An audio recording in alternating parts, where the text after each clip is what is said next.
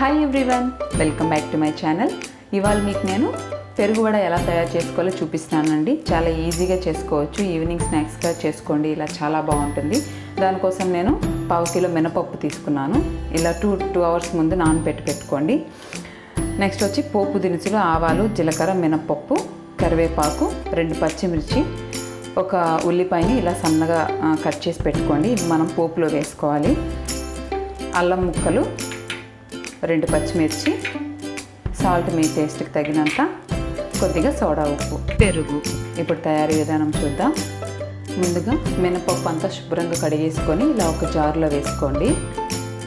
అందులో అల్లం ముక్కలు, పచ్చిమిర్చి, సాల్ట్ వేసేసుకొని గ్రైండ్ చేసుకోవాలి. చూడండి, ఇలాగ మెత్తగా గ్రైండ్ చేసుకోవాలి. కొద్దిగా వాటర్ వేసుకొని గ్రైండ్ చేసుకోండి.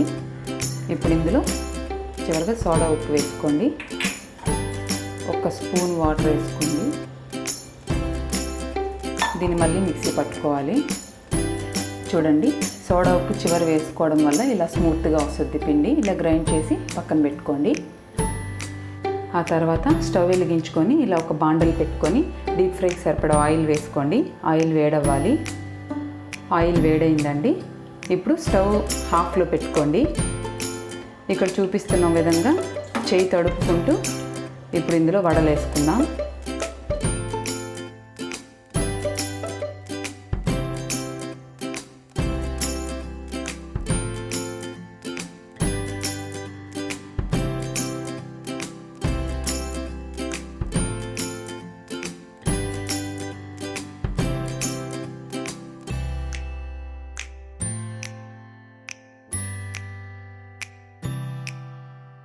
చూడండి, ఈ గారెలు తెల్లగానే కాల్చుకోవాలి. లోపల వడ కూడా ఉడకాలి అంటే స్టవ్ మీడియం ఫ్లేమ్లో పెట్టుకొని మనం దీన్ని ఫ్రై చేసుకోవాలి. చూడండి, పెరుగు వడికి ఇలా తెల్లగా కాల్చుకోవాలి వడ. మనము స్టవ్ మీడియం ఫ్లేమ్లో పెట్టుకొని వీటిని ఫ్రై చేసుకోవడం వల్ల ఇలా పైన తెల్లగా కాలి లోపల కూడా వడ అనేది ఉడికిపోతుంది. ఇలా ఒక బౌల్లో పెరుగు తీసుకోండి.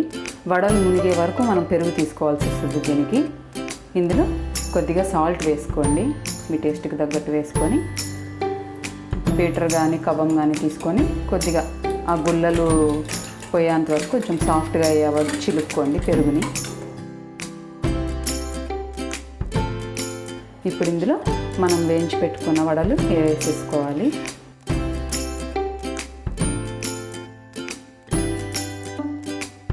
ఇప్పుడు ఇందులో మనము పోపు వేసుకుందాం. ఇలా ఒక ప్యాన్ పెట్టుకొని స్టవ్ వెలిగించుకొని ఆయిల్ వేసుకోండి. ఆయిల్ వేడైన తర్వాత పోపు దినుసులు వేసుకోండి. అవి కొద్దిగా వేగాక కరివేపాకు వేసుకోండి.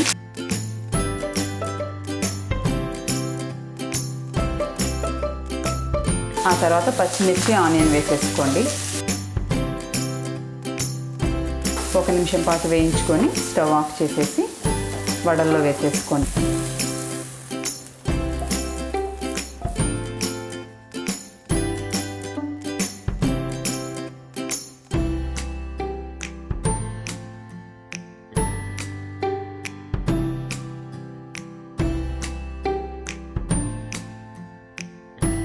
అంతేనండి, పెరుగు వడ రెడీ అయిపోయింది.